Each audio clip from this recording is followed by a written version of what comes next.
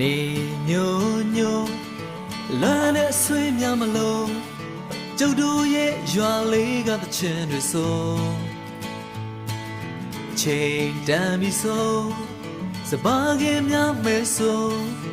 အိမ်ပြန်ချိန်ဆိုစနီးကြောလေးကကြိုနေညိုညိုလမ်းနဲ့ဆွေးများမလို့ကျုပ်တို့ရဲ့ရွာလေးကတချင်တွေဆိုချိန်တန်ပြီဆိုစပါးကင်များမဲဆိုအိမ်ပြန်ချိန်ဆိုစနီးကြောလေးကကြိုကျုပ်တို့ရဲ့ရွာလေးငိမ့်ချမ်းတဲ့ရွာလေးလာပါလာပါအားလုံးတို့ဖိတ်ခေါ်နေကျုပ်တို့ရဲ့ရွာလေးဟိုအဝေးကစိမ့်လည်းတဲ့ရွာလေးလာပါလာပါအားလုံးတို့ဖိတ်ခေါ်နေ